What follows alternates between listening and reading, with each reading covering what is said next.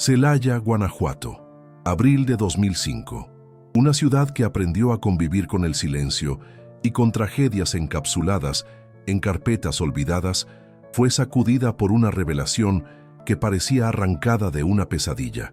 Martín Castañeda, un hombre endurecido por la pérdida, descubrió en su propio cobertizo una pista que reabriría la herida más profunda de su vida. Un cuaderno infantil, de tapas rosadas, con el nombre de su hija Luciana. Desaparecida hacía 10 años, el recuerdo de la niña se había disuelto en la memoria colectiva como tantos otros casos sin resolver. Pero ese hallazgo, cubierto de polvo y escondido en una viga del techo, era algo más que un objeto extraviado. Era una voz que regresaba del pasado. Una última página, escrita con trazos temblorosos, advertía: «Todavía me esperan en la casa del número 28, donde no hay ventanas». Y esa frase, más que una pista, era una promesa de horror. El caso de Luciana fue uno más en la larga lista de desapariciones infantiles que marcaron al México de los años 90. Titulares breves, operativos improvisados y una justicia que se evaporaba con el tiempo. En su momento, la búsqueda fue intensa. Perros rastreadores, helicópteros, voluntarios recorriendo terrenos baldíos, canales y casas abandonadas. Su bicicleta, recostada junto a una jardinera y una sandalia a pocos metros, fueron las únicas evidencias encontradas. Nadie escuchó gritos. Nadie vio nada. La policía local, con recursos limitados, pronto archivó el caso. Pero para Martín y Clara Castañeda, la pérdida fue una condena perpetua. Años después, ese cuaderno no solo trajo de regreso los recuerdos, revivió sospechas, reveló omisiones y colocó a Luciana una vez más en el centro de un misterio que jamás debió haber sido olvidado. Martín nunca dejó de buscar. Mientras Clara se refugiaba en un silencio impenetrable, aferrada a los rituales de encender velas y murmurar oraciones frente a la última foto de su hija, él transformó su dolor en una cruzada personal. En lo que antes fue un estudio, colgó mapas de la ciudad, hilos rojos conectaban puntos, notas, fechas, nombres, clasificaba llamadas anónimas en casetes etiquetados meticulosamente, recopilaba rumores, analizaba expresiones, repeticiones, incoherencias. El hallazgo del cuaderno fue como un relámpago en la oscuridad. Tía Lili, el hombre del uniforme, las visitas en la camioneta blanca, 3 figuras que volvían a la vida en palabras de una niña de 6 años, encerradas entre dibujos de soles y gatos. Era como si Luciana hubiera dejado un mensaje cifrado, enterrado en el tiempo, esperando ser rescatado. La frase final del cuaderno, «donde no hay ventanas», se convirtió en una obsesión para Martín. Revisó archivos catastrales, recorrió calles olvidadas, inspeccionó casas selladas. Ningún número 28 parecía coincidir, pero una memoria lo acosaba. Una madrugada, meses después del secuestro, había visto una camioneta blanca estacionada frente a una casa abandonada en la calle López Rayón. Cuando se acercó, el vehículo arrancó bruscamente, dejando un olor acre, como de químicos de limpieza. Entonces no lo relacionó. Ahora, todo parecía tener sentido. Llevó el cuaderno a la comisaría. El agente de guardia, joven y distraído, apenas lo miró. Pero la oficial Leticia Zamudio, veterana, de ojos cansados pero atentos, decidió escuchar. Abrió el expediente, sacudió el polvo y encontró un nombre que resonaba como una campana olvidada: Luis Alberto Espinosa. Luis Alberto Espinosa había trabajado para el ayuntamiento en 1995 como encargado de mantenimiento en los parques y zonas verdes de la ciudad. En los archivos figuraba una denuncia por conducta inapropiada con menores, interpuesta por una madre del barrio San Lorenzo. La denuncia, sin embargo, no había pasado de la recepción. Sin pruebas, anotó en su momento el agente asignado. Nadie lo interrogó, nadie investigó más. El nombre quedó sepultado como tantos otros. Leticia Zamudio frunció el ceño al ver la carpeta. Recordaba vagamente a Espinosa, un hombre reservado, de gestos suaves, con una mirada huidiza. Había desaparecido del radar unos meses después de la desaparición de Luciana. Según registros laborales, había solicitado un traslado y luego una licencia indefinida. Después de eso, silencio. Ni rastro de él en registros públicos. como si se lo hubiera tragado la tierra. La policía intentó localizarlo, pero la dirección registrada estaba abandonada desde hacía años. El vecindario donde vivía había cambiado. Casas pintadas de colores brillantes cubrían viejos lotes baldíos.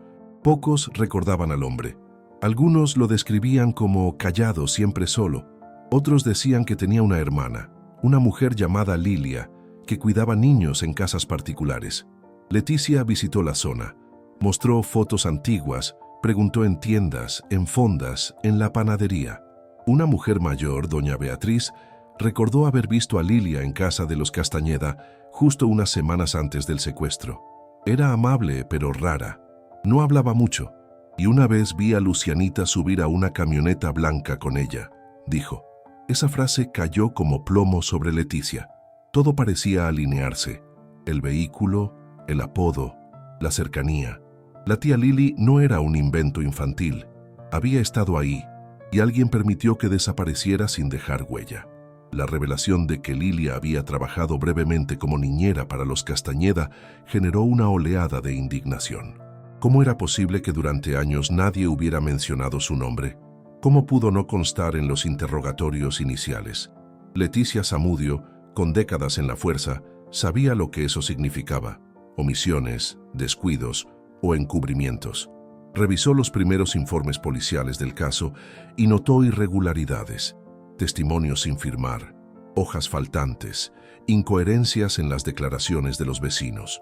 Varios relatos hacían alusión a una mujer joven que visitaba la casa para ayudar con la niña, pero su nombre nunca había sido registrado formalmente. Cuando Leticia confrontó a los oficiales que estuvieron al frente del caso en 1995, obtuvo evasivas y silencios tensos. Uno de ellos, ahora retirado, se limitó a decir: algunas cosas era mejor no moverlas en ese entonces.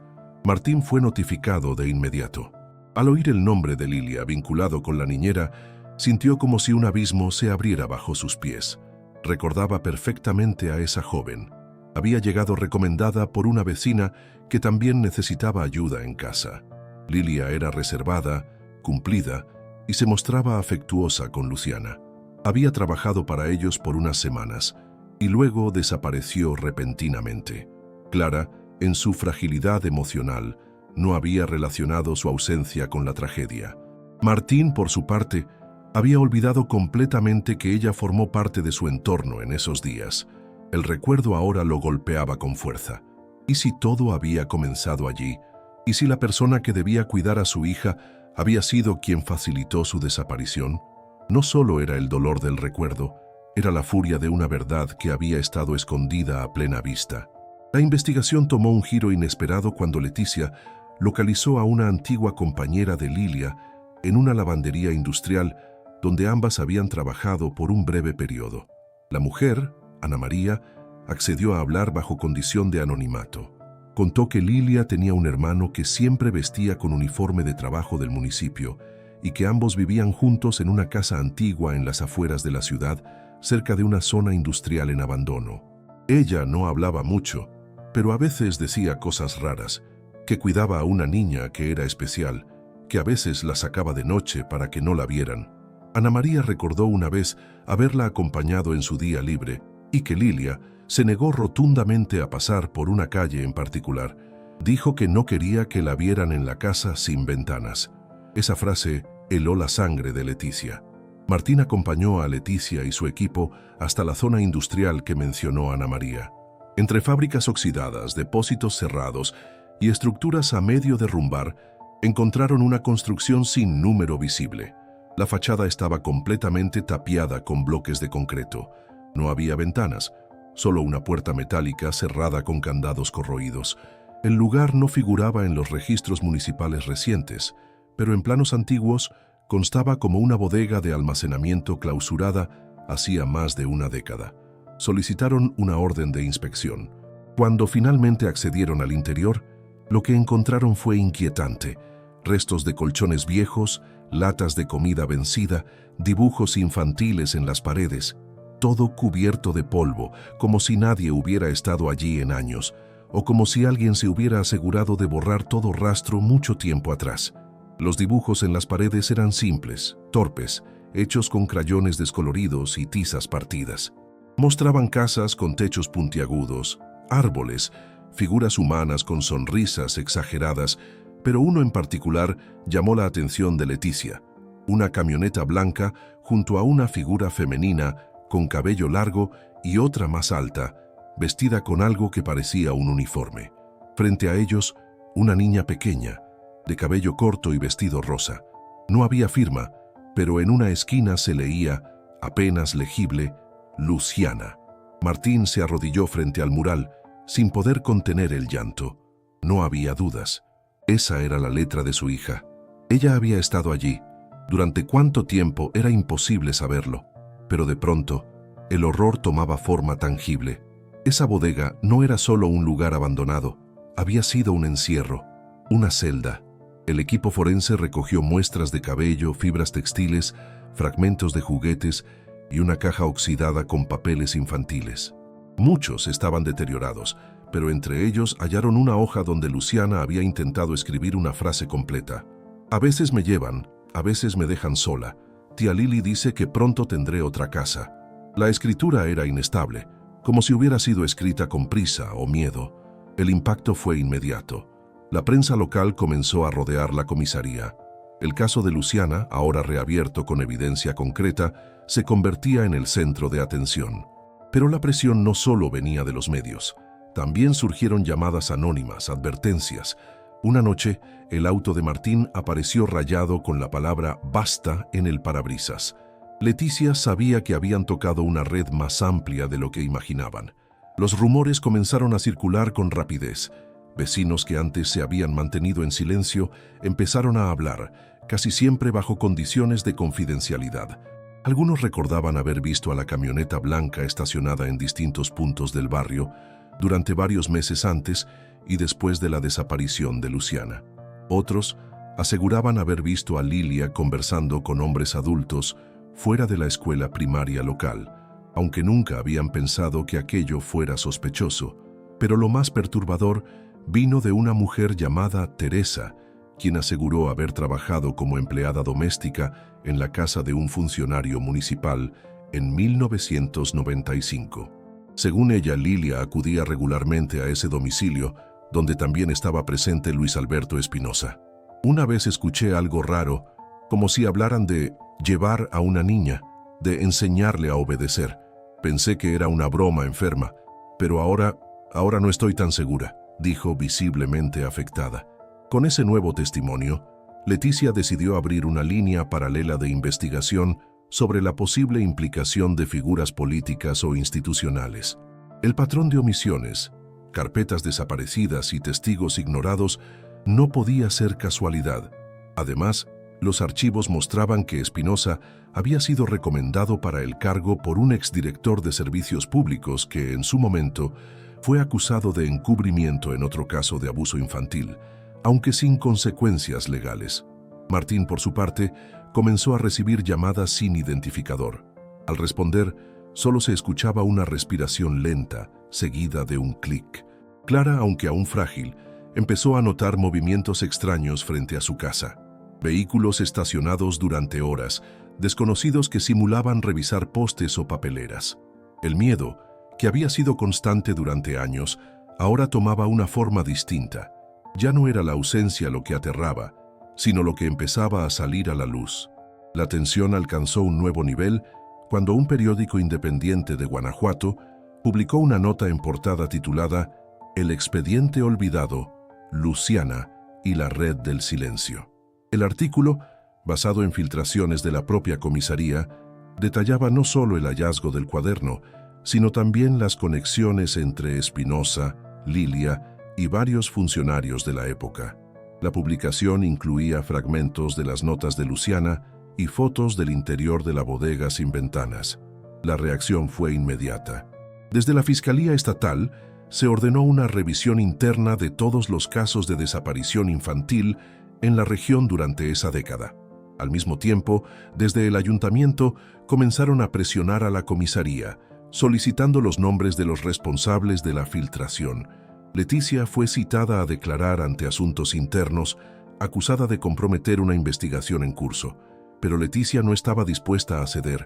Había visto demasiado. Había sentido en carne propia lo que significaba mirar hacia otro lado. En una reunión a puerta cerrada con la Fiscalía, presentó una cronología detallada de los vínculos entre Lilia, Espinosa y al menos 3 hombres más, todos con antecedentes laborales en áreas públicas vinculadas al trato con menores. Uno de ellos incluso figuraba como supervisor de un albergue infantil que fue clausurado en 1997 por condiciones inhumanas. Pero las piezas más oscuras surgieron al analizar patrones de movilidad de la camioneta blanca. Varios testigos aseguraban haberla visto también en municipios vecinos, siempre cerca de escuelas o parques. Lo que parecía un caso aislado de negligencia comenzaba a mostrar los contornos de algo mucho más grande. Una posible red de captación y traslado de menores operando en la región bajo la apariencia de empleos formales y tareas comunitarias. Los siguientes días fueron de actividad frenética. Leticia, ahora trabajando casi sola tras la retirada de varios colegas intimidados por las repercusiones políticas, formó un pequeño equipo de confianza. Entre ellos, un joven analista de patrones llamado Esteban, quien identificó coincidencias inquietantes entre los horarios de trabajo de Espinosa y la desaparición de al menos 4 menores entre 1993 y 1998. Ninguno de esos casos había sido vinculado entre sí antes. Todos compartían elementos similares: niños o niñas pequeños desaparecidos en zonas urbanas durante horarios diurnos, sin testigos ni señales de violencia. Las denuncias habían sido minimizadas, atribuidas a problemas familiares o fugas voluntarias. Pero los informes técnicos sugerían otra cosa: desapariciones sistemáticas, posiblemente planeadas, ejecutadas con eficiencia y bajo cobertura institucional. Una noche, mientras revisaban documentos escaneados en la oficina improvisada que montaron en casa de Esteban, encontraron una copia antigua de una solicitud de mantenimiento para un terreno municipal cerrado en 1995. El firmante: Luis Alberto Espinosa. El terreno, ubicado a solo 4 cuadras de la casa de los Castañeda, había sido reportado por vecinos como lugar de movimientos sospechosos durante varios meses. Lo más escalofriante era que, según registros posteriores, ese lugar fue limpiado por orden directa de un supervisor municipal tan solo 3 días después de la desaparición de Luciana. No había registros fotográficos ni inventario de los objetos retirados. La memoria digital de esos documentos había sido eliminada del sistema, pero el papel impreso, olvidado en una caja archivadora sin revisar, decía otra cosa. Luciana no fue un error ni una coincidencia. Fue parte de algo meticulosamente ejecutado. Con la nueva información en mano, Leticia solicitó una orden para inspeccionar el terreno municipal mencionado. Al llegar, lo que encontraron fue un solar cercado con alambre oxidado, cubierto de maleza alta y escombros de construcción. A simple vista parecía un espacio abandonado, sin mayor interés. Pero con la ayuda de un georradar portátil, el equipo detectó irregularidades en el subsuelo. Estructuras enterradas, probablemente fosas o compartimentos de concreto. El fiscal regional, presionado por la atención mediática, autorizó una excavación preliminar. En la segunda jornada de trabajo, emergió el primer hallazgo: una muñeca de trapo en avanzado estado de deterioro, envuelta en una bolsa plástica junto con una prenda infantil. Aunque no se podía confirmar su procedencia, el vestido tenía bordado un nombre con hilo celeste: Luciana. Martín cayó de rodillas al ver el objeto. No hacía falta que nadie se lo confirmara. Esa muñeca había sido un regalo de su madre en su último cumpleaños. La había buscado durante semanas después del secuestro, sin éxito. Ahora estaba allí, descompuesta, con rastros de tierra enredados en su lana. La excavación continuó, revelando más elementos: restos de una caja metálica con papeles desintegrados, botones, una libreta incompleta con dibujos infantiles similares a los del cuaderno original. La prensa, alertada por filtraciones inevitables, comenzó a acampar fuera del sitio. Las autoridades intentaron contener la información, pero ya era tarde. Las familias de otros desaparecidos llegaron al lugar con la esperanza de encontrar respuestas.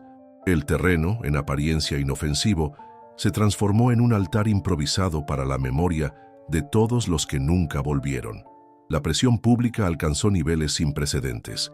El gobernador del estado convocó una rueda de prensa donde prometió mano firme y cero tolerancia a la impunidad, pero sus palabras sonaban vacías para quienes llevaban años esperando justicia. Mientras tanto, Leticia y su equipo redoblaban esfuerzos. Analizaron nuevamente el cuaderno original de Luciana, esta vez con un grafólogo especializado que identificó señales de escritura bajo coerción, cambios en la presión del trazo, repeticiones obsesivas de palabras como esperar, silencio, oscuro. Entre los dibujos uno destacaba: un cuarto rectangular, sin ventanas, con una sola puerta y una figura infantil en el centro, rodeada de lo que parecían ser cámaras de seguridad. Aquella representación abría nuevas preguntas. ¿Había sido vigilada? ¿Grabada? ¿Para qué? Una pista técnica llevó a Leticia hasta un almacén abandonado que había sido propiedad de una empresa fachada vinculada a contratistas del gobierno municipal. La bodega, registrada como Centro de Resguardo de Materiales, nunca había tenido empleados registrados. Sin embargo, el sistema eléctrico había sido renovado en 1995 y nuevamente en 1997, según informes de la CFE. Al ingresar, con apoyo de un juez y agentes federales, encontraron paredes revestidas con aislamiento acústico, ganchos en el techo y marcas circulares en el piso. Lo más perturbador fue el hallazgo de un cuarto sellado tras una falsa pared. Allí, en el polvo, aún quedaban fragmentos de cinta adhesiva y marcas de correas. También había restos de cables conectados a una cámara ya oxidada. Lo que ocurrió en ese sitio aún era un enigma, pero ya nadie dudaba que lo de Luciana había sido parte de algo sistemático, cuidadosamente ejecutado y oculto durante años. El hallazgo del cuarto sellado provocó un giro definitivo en la investigación. Por primera vez, las autoridades federales aceptaron intervenir directamente, y el caso fue elevado a nivel nacional como un posible crimen organizado con implicaciones institucionales. Se abrió una línea de investigación que incluyó análisis de ADN en todos los objetos hallados en los distintos sitios. La expectativa era encontrar coincidencias no solo con Luciana, sino con otros menores desaparecidos en la región. Mientras tanto, el rostro de la niña en una versión digitalizada de cómo podría lucir hoy con 16 años apareció en noticieros de todo el país. Las redes sociales se inundaron de mensajes bajo el hashtag ¿Dónde está Luciana? Lo que por años había sido un dolor silencioso se transformaba en un clamor colectivo. En medio de esa tormenta mediática, una carta anónima llegó al buzón personal de Leticia. Estaba escrita a mano, en tinta azul, sin remitente ni marcas visibles. Decía: la casa del 28 existe, está donde nadie mira, no es un número, es un código. La frase no tenía contexto, pero hizo eco con algo que Esteban había mencionado semanas atrás, que los registros catastrales de ciertas zonas industriales usaban códigos internos para edificaciones fuera de uso. Buscaron en bases de datos viejas, planillas impresas, documentos que no estaban digitalizados. Finalmente, en una hoja fechada en 1989, hallaron una referencia a un módulo 28, un nombre interno para un almacén sin ventanas utilizado por el Departamento de Servicios Urbanos. Su ubicación: una franja de terreno entre dos autopistas en desuso, rodeada de vegetación y sin acceso público.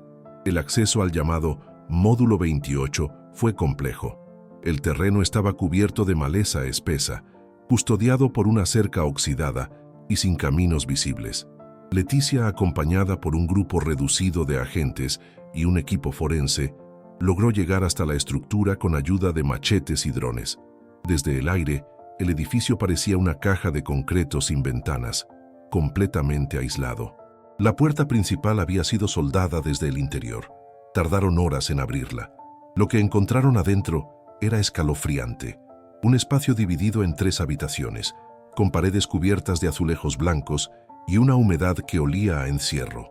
No había muebles, solo restos metálicos incrustados en el piso, indicios de camas sujetas con anclajes. En una de las paredes, escrita con marcador rojo, una frase temblorosa. Yo no dormía, solo cerraba los ojos.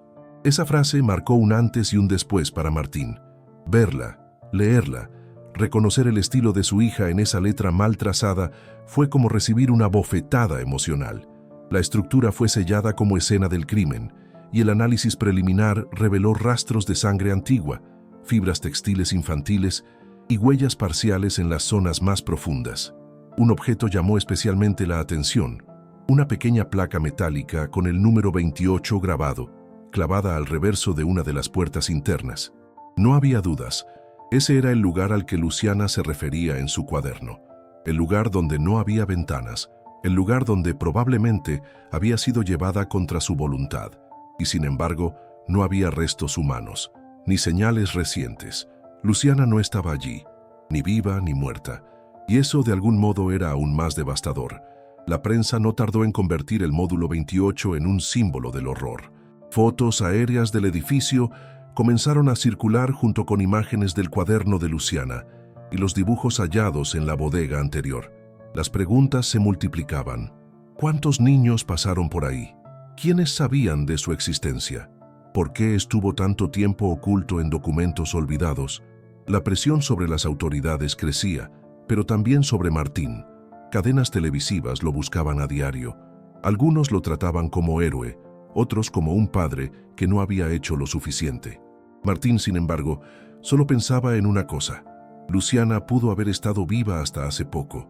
Ese pensamiento lo consumía, y con él, la idea de que alguien más la había visto. Alguien debía saber dónde estuvo después, porque si logró salir del módulo 28, ¿a dónde fue? Leticia, agotada y emocionalmente desgastada, comenzó a recibir amenazas más explícitas. Una noche, al llegar a casa, encontró la cerradura forzada y todas las carpetas del caso revueltas, aunque nada había sido robado. Lo entendió como un mensaje. Estaban siendo vigilados, pero no se detuvo. Volvió a los testigos iniciales del barrio, especialmente a quienes mencionaron haber visto a Lilia. Uno, un exalbañil llamado Julián, recordó que Lilia solía recibir sobres en la puerta de una tienda abandonada. En su momento, pensó que eran pagos por trabajos domésticos, pero ahora, creyendo que podría haber sido parte de algo más turbio, accedió a guiar al equipo hasta el lugar. Era una tienda cerrada desde 1996, tapiada con bloques, pero su interior seguía intacto.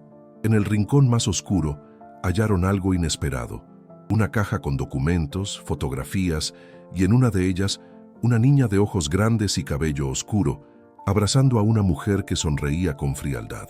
La fotografía era antigua, en blanco y negro, impresa en papel rugoso. La figura de la niña no dejaba lugar a dudas. Era Luciana. Pero lo que estremeció al equipo no fue solo verla nuevamente, sino el lugar donde estaba. A espaldas de ambas se veía una pared reconocible, la misma del módulo 28, con sus azulejos blancos y un pequeño desconchón en forma de triángulo. Era la prueba definitiva de que Luciana había estado allí, viva en algún momento después de su desaparición. La mujer que la abrazaba, sin embargo, no coincidía con ninguna imagen conocida de Lilia. Con ayuda de programas de reconocimiento facial y archivos de identificación antiguos, lograron establecer un nombre: Marta Lilia Espinosa Ruiz, hermana mayor de Luis Alberto. Había trabajado durante años como cuidadora de adultos mayores en otras ciudades y había cambiado de residencia varias veces desde 1995. Nunca fue investigada. La búsqueda de Marta Lilia se convirtió en prioridad. Su último registro oficial era de 2002, en un pequeño municipio del estado de Querétaro, donde trabajó en un asilo privado. Leticia y su equipo viajaron hasta allí. La administración del lugar confirmó que había trabajado bajo un nombre diferente, María Ruiz, pero que desapareció sin previo aviso tras una discusión con una residente. Al revisar el antiguo cuarto donde se hospedaba, aún cerrado, hallaron un maletín olvidado con ropa, cartas sin enviar y algo que los dejó sin aliento. Una libreta con anotaciones irregulares, casi crípticas. Entre frases incoherentes y garabatos, una sobresalía: la niña ya no duerme. Dice que pronto llegará su papá. La emoción era ambigua. Luciana parecía haber estado cerca, Pero, ¿cuándo? ¿Dónde fue después? ¿Y por qué seguir jugando con el tiempo y el silencio? El hallazgo de la libreta reafirmó una hipótesis que Leticia temía desde hacía semanas. Luciana había estado bajo custodia prolongada, quizá no como prisionera, sino bajo una manipulación emocional compleja. Las frases apuntaban a un vínculo construido con el tiempo, una especie de dependencia disfrazada de afecto. En psicología lo llaman síndrome de cautiverio. ¿Cuántos años vivió sin saber que era buscada? ¿Cuántas veces le prometieron libertad solo para mantenerla sumisa? Mientras los investigadores profundizaban en los hábitos y desplazamientos de Marta Lilia, surgió un dato revelador. Durante 5 años había realizado depósitos regulares en una cuenta bancaria a nombre de una mujer identificada como Rebeca Vargas, residente en una comunidad rural en San Luis Potosí. Esa mujer nunca había sido mencionada en ninguna etapa de la investigación. El equipo viajó al lugar de inmediato. Rebeca, una mujer mayor, negó conocer a Marta Lilia, pero su nerviosismo era evidente. Leticia notó que evitaba mirar a los ojos, que sus respuestas eran ambiguas, que intentaba ganar tiempo. Finalmente, con una orden judicial y apoyo de la Fiscalía Estatal, revisaron la propiedad.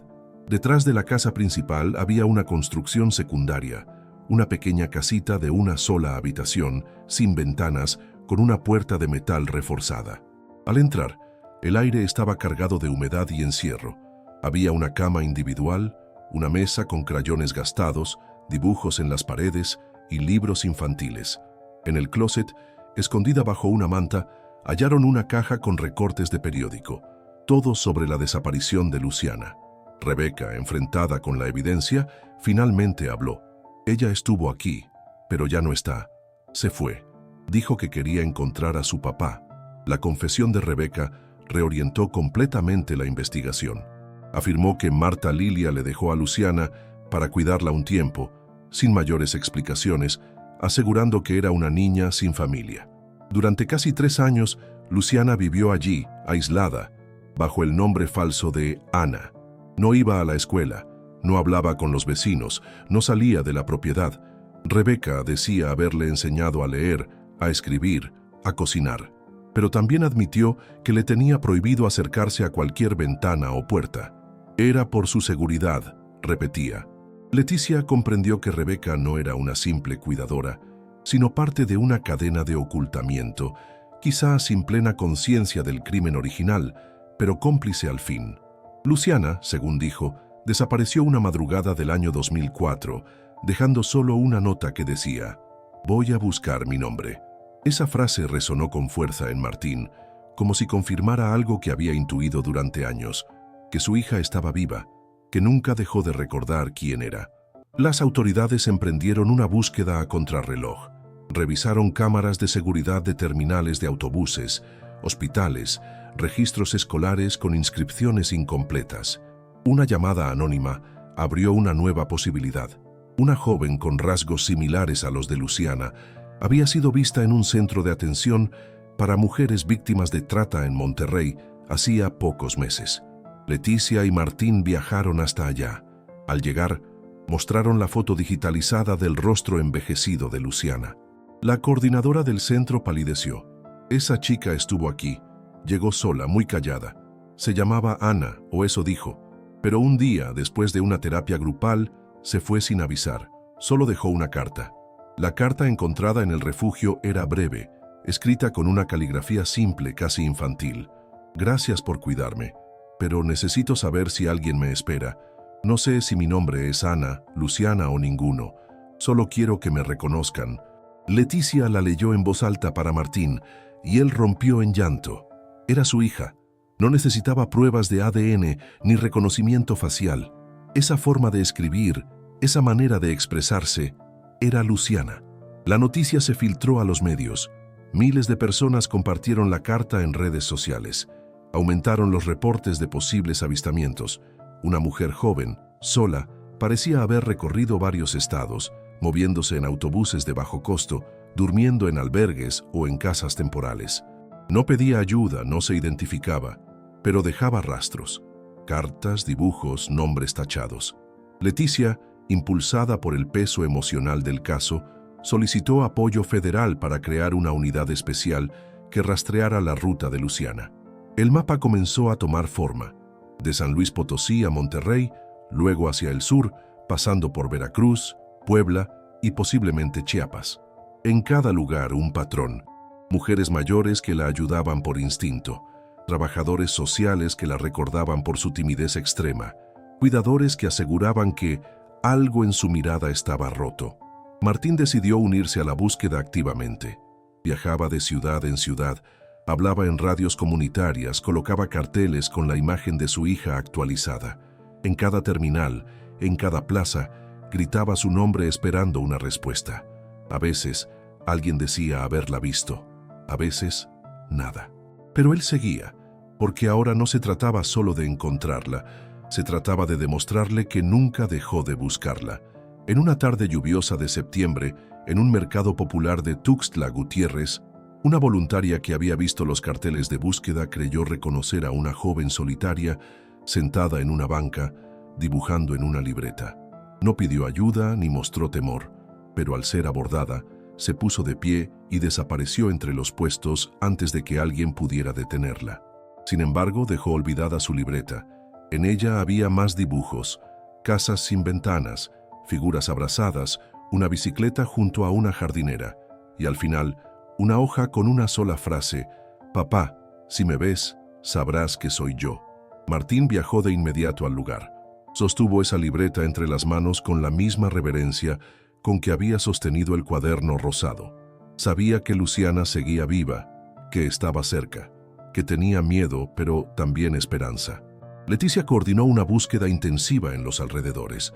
Las cámaras de seguridad captaron a la joven saliendo del mercado y subiendo a una combi rumbo al norte. A partir de ahí, comenzaron a seguir testimonios, pistas, fragmentos de rutas. Pero lo más significativo fue lo que surgió días después. En un taller comunitario de arte en Oaxaca, una mujer adulta se presentó pidiendo trabajo. Llevaba consigo una libreta llena de dibujos y no sabía decir su edad exacta. Dijo llamarse Ana, pero cuando le mostraron uno de los carteles de Luciana no dijo nada. Solo se sentó, lloró y escribió en una hoja. No sabía si debía volver. Las autoridades no quisieron confirmar su identidad hasta tener pruebas, pero Martín no necesitó más. Cuando se presentó ante ella, la joven lo miró por varios segundos. No dijo «papá», solo lo abrazó. El reencuentro entre Luciana y Martín fue silencioso, cargado de una emoción que no necesitaba palabras. Los años de separación, de dolor y de incertidumbre se resumieron en ese abrazo prolongado, tembloroso, real. Ella, ya adulta, llevaba consigo cicatrices invisibles que no desaparecerían con facilidad. No recordaba todo con claridad, pero sí retazos. La bodega sin ventanas, la voz de una mujer que la llamaba mi tesoro, la promesa constante de que su papá no la quería. Martín, sin presionarla, le habló de su búsqueda incansable, del cuaderno, de las pistas, de la esperanza que nunca dejó morir. Ella escuchó en silencio, dibujando con el dedo sobre la mesa, como si cada palabra sirviera para reconstruir su historia fragmentada. Leticia, desde una esquina de la sala, supo que su trabajo estaba hecho. No del todo, pero lo suficiente. Luciana fue trasladada a un centro especializado en atención a víctimas de secuestro prolongado. Recibió asistencia psicológica, médica y legal. El proceso sería largo, doloroso, lleno de recaídas, pero esta vez no estaría sola. Clara, al verla por primera vez, rompió el silencio de años con un grito ahogado, abrazándola como si intentara recuperar cada día perdido. La comunidad entera se volcó con la familia. Algunos por culpa, otros por solidaridad genuina. La investigación siguió su curso. Marta Lilia Espinosa fue localizada y detenida. Las redes de complicidad comenzaron a deshilacharse. Lo que Luciana había vivido no podía deshacerse, pero sí ser contado, reconocido, reparado. Y aunque muchas preguntas seguirían sin respuesta, una verdad permanecía. El amor de un padre, aún entre el polvo de un archivo olvidado, puede atravesar décadas de silencio.